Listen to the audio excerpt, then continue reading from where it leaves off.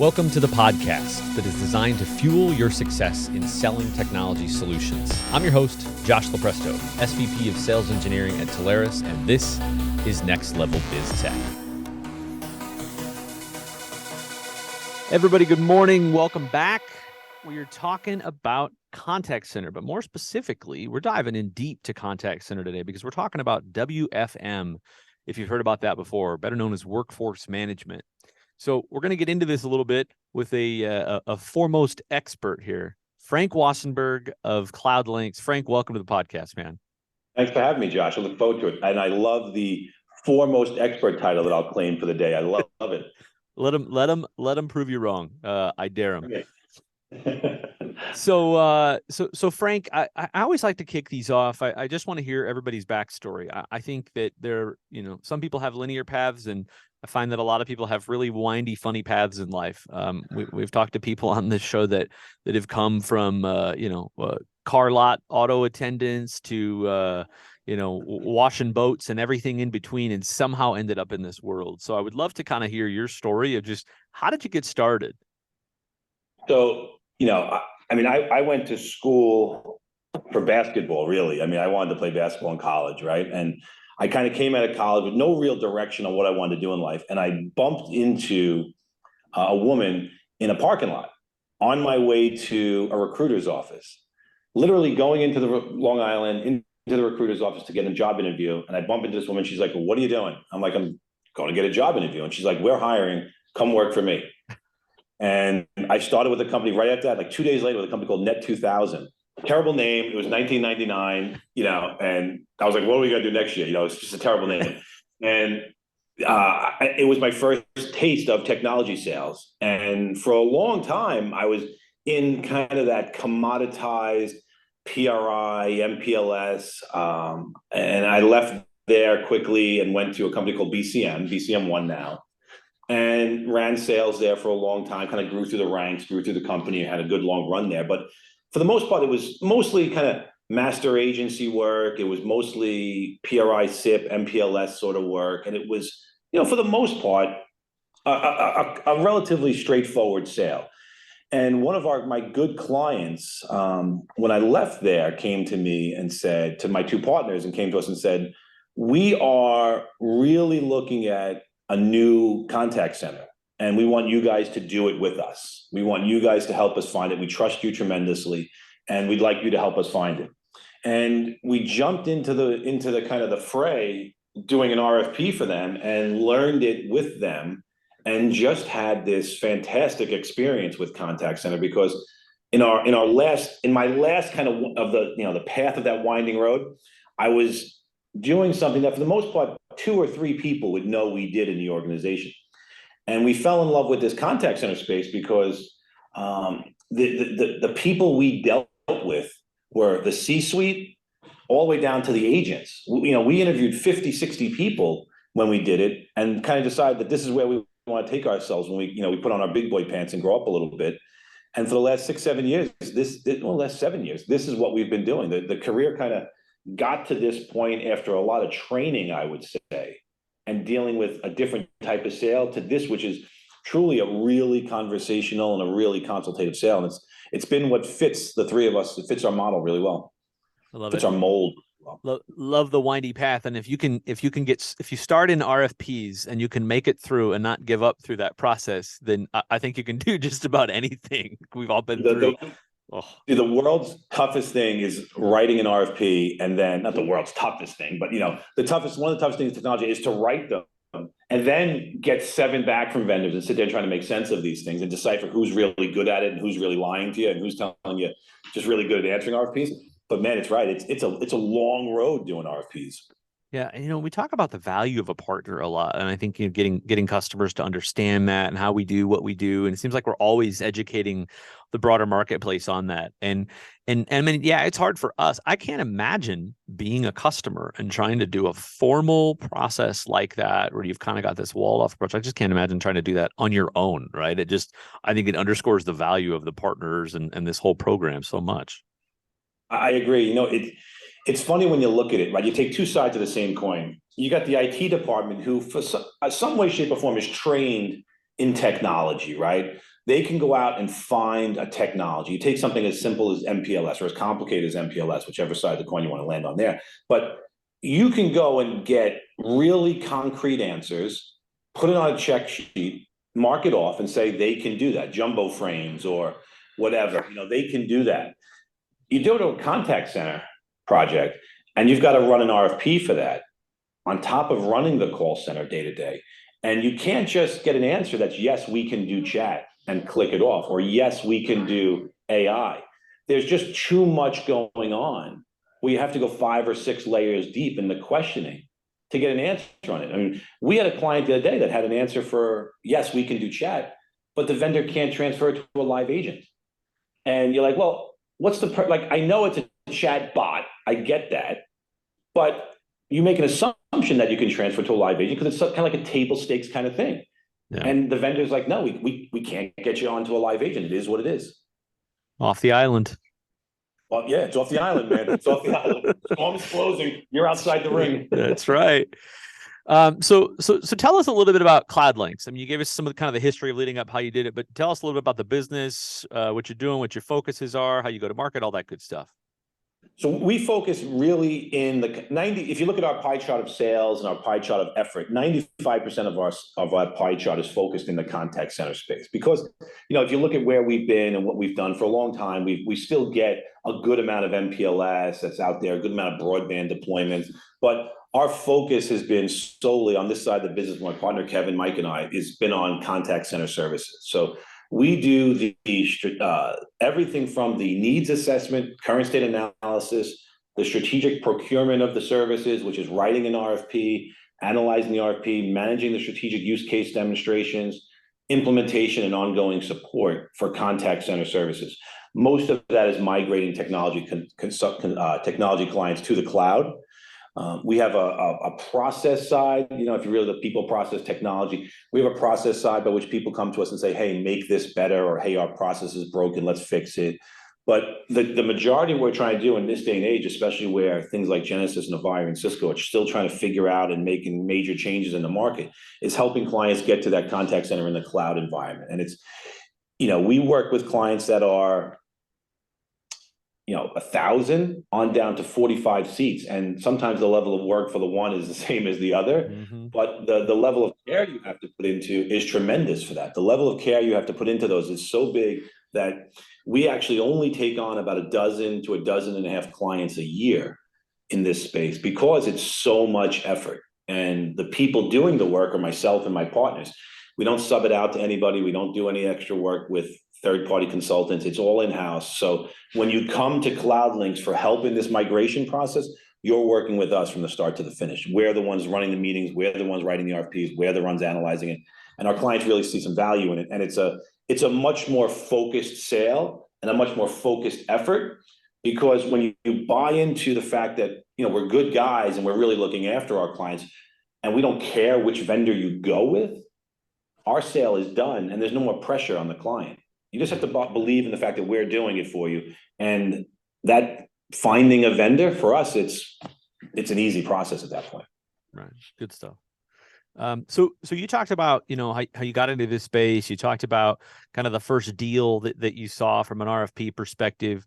But let's dive in a little bit to, your first experience into workforce management. Maybe first of all, I mean, we've talked a little bit about what the contact center experience is, but maybe define for us what your version of workforce management is, and really what your first experience in an opportunity with that was like.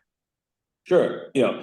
Workforce management, even in the short time that people have really looked at that kind of online tools to help you out with that, it's morphed. And now you've got kind of workforce management and workforce engagement, which is bringing in the QA into entirely what your workforce is doing. And depending on who you're talking to and whose product it is, they call it one or the other. But for me, the workforce management in its traditional sense, taking QA and putting that on a shelf for now, but we can bring that back in. It's really about understanding what your people are doing and when, how your clients helping your clients get to the right agent at the right time, and allowing managers to structure the day so that they optimize where their people are and where their people are working for clients.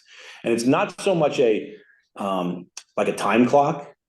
when it's done right, it allows the agent to be part of the flow and part of the process and part of what their day is going to look like. It allows them to say they're going to be late, and it allows the manager to adjust their workflow dynamically. It allows them to say, I need help here. It allows them to predict and forecast where you're going to be working.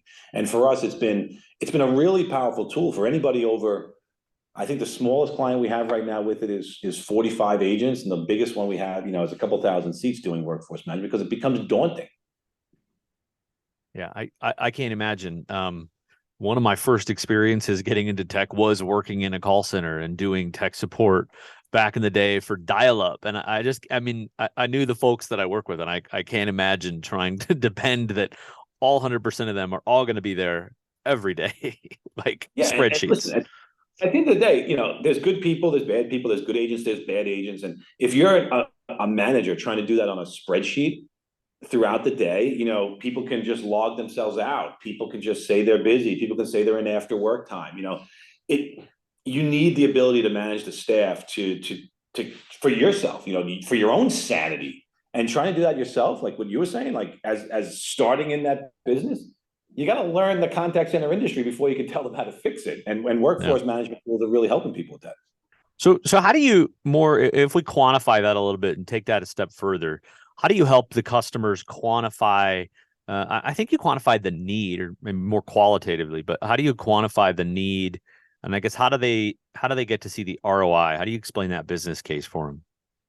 So the ROI calculations in contact center is kind of a fine art, really, because there's a lot of soft costs on top of the hard costs. You've got a lot of productivity costs. You've got a lot of productivity gains and losses. And you could have, and I think that's why workforce management has taken on a larger role now of workforce engagement, and QA is being pulled into it. So you take it off the shelf, you bring it back into the conversation now. And now you're trying to understand what they're doing, when they're doing it, but also how they're doing it, how well they're doing it. So we put a lot of work into how, not just something simple like how long a call is taking, right? We look into the screen recording and saying where they're navigating, what are they doing, how many hours are they spending throughout the day in dead zone, how much time do they have not talking because they're searching for stuff, or filibustering and just having general conversation because they enjoy talking to the people. And our clients are not usually the clients that say, well, it's interesting. There's been a big shift in the market where people don't really care how long you're on the phone with people for the most part anymore. Back when long distance would cost 20 cents a minute back in the day, I'll date myself when I had long flowing blonde hair, but long distance used to be an expensive thing. It's not so much anymore. And they're all about that experience with people. And I think what we're trying to do with people when we start getting into cost justification of these tools is, yes, the price of these tools has come down, but it's still a multiple and a factor of how many agents you have.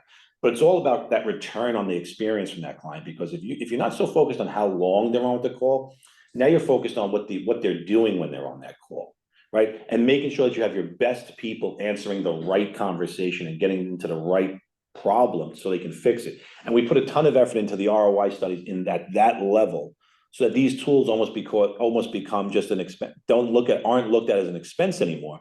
They look at it as a revenue driver for people. Good points.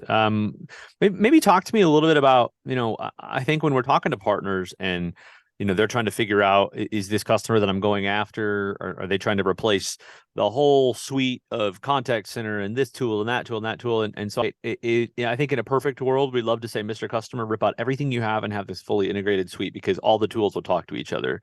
And you talked a little bit in the beginning about the value of a fully integrated WEM versus not, right? And maybe there's not a right answer to this. I think the answer is that it just depends on where the customer's at from a tech investment perspective, for the most part. That seems to be the common case. No, I mean, everybody looks at these omni-channel providers and says they can do it all. And there's a decision that has to be made on a client on whether they want to look at the omni-channel provider and have one throat to choke or one back to pat, or they want to piece it together with best of breed technology. And that's as philosophical a discussion at a technology level for a call center manager as you really want to get into in this regard, right? Fair. Because the more you're piecing stuff together, the more integrations you have, the more potential problems you have. And then the more you put it together, you've got the single threaded solution, which makes sense, and the story's seamless and everything's tied together. But you are pigeonholed or limited to what that supplier can offer. So our clients kind of come to us on both fronts, and it starts off with that philosophical discussion on how many vendors do we want to manage, right? And if you look at this from that all-in-one, all-encompassing workforce engagement platform, there's some great people out there that we interview on a regular basis that just do that.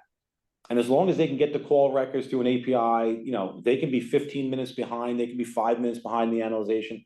And if that's good enough for most call centers, why not kind of pull that little box off a shelf and use that while you're using the omni-channel engine from somebody else, right? It's an interesting world to kind of look at and which philosophy you buy into. Yeah, great points. Good stuff.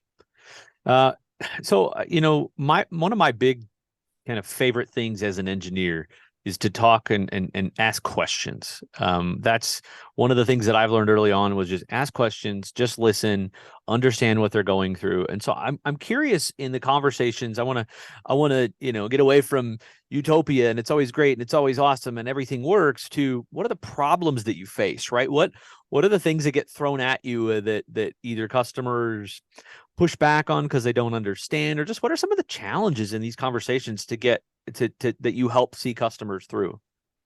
So it's funny, right? You're kind of going down the road we like to go at first, right? We very rarely come in and say in the first day, this is the vendor of choice. This is who they're going to go with, right? It's very odd. It's very, very rare that we can do that, right? Because once you start the initial conversations, and we work kind of bottom up, we like to talk to the agents first and then work our way up, and we think we get a better, more honest feedback, and then we can bring and deliver problems on upstream, as opposed to, that's not what your manager said. We kind of work from, well, your team is struggling with this. And the goal in that regard, the way you're going with that kind of questioning and understanding, is you have to get the C-suite on the same page as the agent. And that's nearly an impossible thing to do unless you're spending time kind of having those conversations, right? And you can run the gamut of, I can't get my signature into an email in a cohesive way that's uniform, all the way on up through, when I log into my QM portal, the duration of a call is different than when I log into my WFM portal and I see them, and this QM call says it's a 4-minute call, and WFM says it was off in 2.5 minutes. You've got a myriad of problems that you try to fix, and it's all about understanding what's going to make that agent's life better. So we don't necessarily go top down, because a big chunk of where we put our time and effort into is, if this kind of core philosophy to us, if you put the agents first, everything else is easy, right? Put the agent's needs first and everything else will kind of flow after it, because now they're being recognized for what they are, revenue generators. They're the face of your brand, they're the face of your mission statement. And the problems that we solve are just so numerous. But once you get the CEO to buy into the fact that they need to be enabled, things just happen and things just start lining up. And all of a sudden those problems start to be taken seriously. And it's not that, well, that's your problem, just throw another body at it. Because nobody wants to throw more bodies at the call center, right? If anything, they want to reduce the bodies. And, sometimes, we work really hard not to be the Bobs from Office Space, coming in and being like, how are we going to get rid of people and what do you do with your day kind of thing? And, you're Michael Bolt. We try really hard not to do that. But it's more a matter of, let's optimize this. Let's make your life easier across the board. And you find that the agents are the first ones to come to you and being like, hey, you know what? I'm not getting adequate training. I have calls that I'm doing that I think are awesome, but my manager's not reviewing them because the manager's reviewing them manually and only gets to 3% of the calls. And all the way on up to the manager saying, I've tried gamification and it's failed and I've thrown it aside and it's just sitting there. And you got to put a lot of time into pacing this out and adopting technologies that make sense in that regard. So the problems are so big in the call center because you're touching so many things. Yeah, that's a great point. I've been in so many of those examples where the executive team sits out and says, hey, I want you to accomplish this vision. We think we need this and this and this, and these are the problems. And you talk to the agents. I've spent hours in those in the pit, and it's fascinating. That information that the agents have is absolute gold, because there's nobody else better with the most accurate information, right? And the internal CSAT scores are really what matters. If you can drive those up, and you get, to your point, the agent, the way that you put it, I think was great, right? It's the agents that matter, and that makes everything else easy. I love that. It's great. Well, I can put it back to you. From an engineering standpoint, you see these products get built, right? And like take an agent enablement tool, like some sort of tool, pick the vendor name of it. But I want my agents to have coaching while they're on the call. you do a complex sale, like articles to be pulled up. How many times have you seen people say, we want that kind of an agent enablement tool or an agent empowerment and coaching tool, but their knowledge management system is a mess? And they don't have a way of organizing or streamlining those things. Yeah, it's garbage, or it's laggy, or somebody has a great idea to create it and it's not updated. The information is not relevant, or it takes too long, and the agent feels, having these pregnant pauses in there is just going to be awkward. And so, yeah, like it's kind of like those Instagram posts, right? How it should be, and then how it is, in reality with my 82 Trans Am or something, versus my Bentley. And that's part of where our problem lies. It's, you want these technologies. It's like the old, an old sports now. I'm a big sports analogy guy, right? Everybody wants to hit the game-winning shot, but nobody has the will to practice all the time and do all the work, right? And you can't launch a good bot without a good knowledge management system. You can't launch a good knowledge management system without a really good leader who's able to organize and catalog and manage data. And then you need marketing involved, because marketing is going to want to say it to make sure it all looks and feels and is the same way, so that the agent on the end of that road can say, now I'm getting something easy, right? Now I'm getting something that's relevant to me, that's powerful to me. And the C-suite's going, boy, our call volume has gone down and our satisfaction's gone up and we're handling things quicker. Why is that? Well, it's because of that real-time tool, that long chain of people put together. Yeah, good stuff. All right. As we get to the last couple questions here, we talked in the beginning about your first experience with this. You kind of defined WFM. I'd love to hear maybe an example, and we can leave customer names out of this, but walk me through something where you really saw a massive transformation after you were able to get through all the things that you've talked about. You were able to deploy that technology, from a WFM perspective. Be curious to just hear about an example like that, and kind of how are they doing it before versus when we got done with it, right? As we're going through it, here's what it looks like now. Sure, it's interesting, and it's a different answer on an inbound versus outbound call center, right? Those are two very different kind of looks and feels depending on what you're trying to reach your goals are. So we'll take kind of like an inbound call center. We had a client that was managing about 150 agents with a BPO in there, and they're trying to take most of their most of their agents, and kind of put them all into a BPO. Their strategy was to move it to an entirely BPO environment, for whatever the case was. And they were close to finishing it up, but the problem was that the 30% of the agents that were in the BPO, their time was very different than the people in-house. They were longer, the BPO, than their people in-house. And try selling that to somebody where we're going to go to a BPO and they're longer. And they had a different set of tools than the client did for managing this. So what we did was we gave one workforce management tool across the BPOs and across the internal people. And we're able to justify the hours and bring it down. And we saw a 30% reduction in agent call times just because we were managing it tighter, and we were able to mirror these two together, which led to a huge reduction in savings, a huge reduction in cost, and a massive increase in savings for them, just because we had one singular tool. And as they went forward, they were able to not just go to that one BPO, they brought in a secondary BPO and leveraged them together. And having that uniformity of tools allowed that savings to increase and kind of leverage it so that they could say, you know what, this group is doing better, let's push more calls to that group than pushing them to that group. Because that's one of the things that gets kind of missed in these conversations, that uniformity of tools. And with this client, giving them a 30% reduction in spend was tremendous, because it allowed them to do different things. They took these people here that they were outsourcing the positions to, which is kind of the thing nobody likes to talk about. That's a potential that can happen when you really get into that BPO mindset for transactional stuff. They took all of the transactional annoying calls, the repeat calls, I need a form, I need a password, and put that there. And these agents now all stayed employed and all focused on complicated questions that needed help, and they turned them into outbound agents as well, and they were able to generate revenue for them. It was a tremendous savings, and then a tremendous revenue gain, just because they were able to level set what everybody was doing. I love that, and I'm, if that's the how it ends, I'm curious in an example like that of how did they identify that they needed something, or did they not know that they had a problem? Like, how did that deal start? Yeah, so you kind of come to this deal came to us, and the client said, listen, we have two different systems that we're using. We have a BPO that's in place. We have our team in place. We're using two different phone systems. We're trying to manage QM across the board. And they said, it's just not working, right? we're doing QM, we have QM leaders, and we're manually reviewing calls. So at best, when you're manually reviewing calls, you're getting to 3-4% of those calls. Yeah. It's just a fact. You talk to any contact center manager, and they're like, it's the most arduous job in the world, and I have to do a couple of calls every day for an agent. It takes me an hour and a half to review a single call because of the scorecards and blah, blah, blah. And now you're at 3-4% of the calls. And they knew they had a massive problem because at the highest level, they said their calls are taking way longer than our calls. So they took the problem and they said, we have a strategic directional shift we have to make. They're handling the same types of calls as these people are. How do we strategically structure it so that we're using their time better? And they turn them into more of a transactional engagement. Now, BPOs are great. BPOs can do more of a complicated engagement, but this client had a strategic vision to say, I want to turn them into transactional. I want to bring our people in here. I want to get a secondary BPO.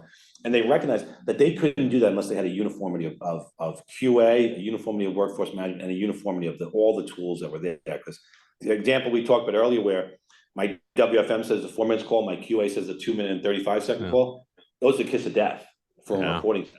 It's the kiss of death. So they came to us, just said, there's a problem. We want to go at this. And this one, we actually brought in 2 different vendors, somebody for the omni-channel engine and somebody for the QA, and just API'd them together. Beautiful. Love that example. Good stuff. Okay.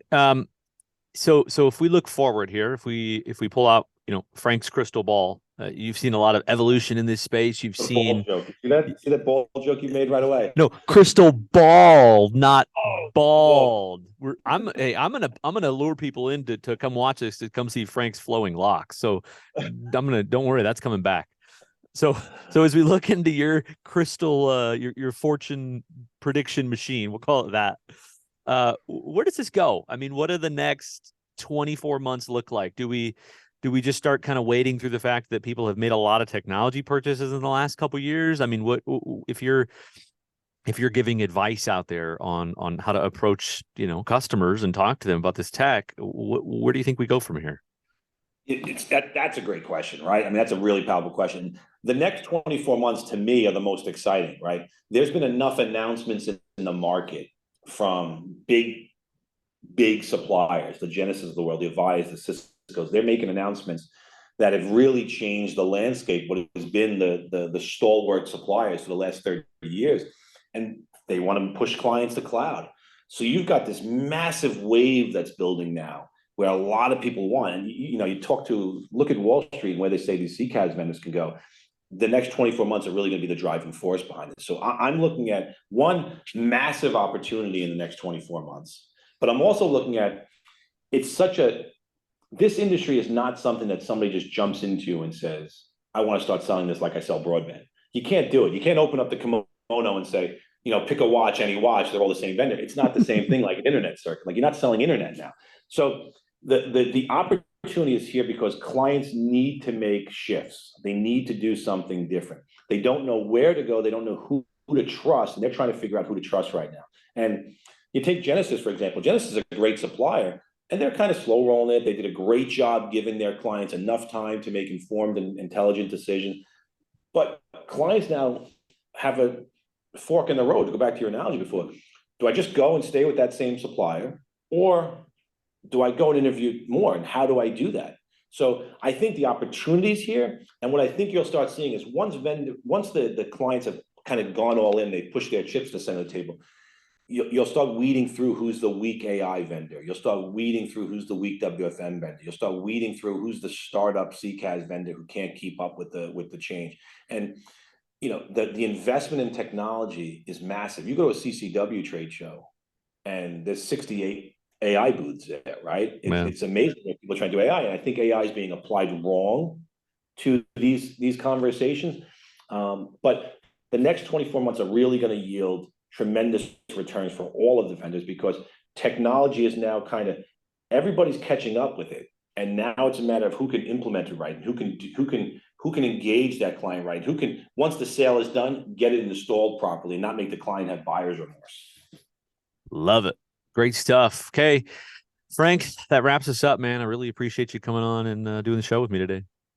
Well, thank you, man. Josh, I got to tell you, it's great to chat with you. I thought this was a great conversation. And anybody that stayed this long, I really want to thank them, because, man, I can wander and I can ramble. So it's great to hear it. Love it. All right, everybody, that wraps us up. Thanks so much for listening. Frank Wassenbergh, Cloudlinx. I'm your host, Josh Lopresto, SVP of Sales Engineering at Telarus. This is Next Level Biz Tech. Next Level Biz Tech has been a production of Telarus Studio 19. Please visit Telarus.com for more information.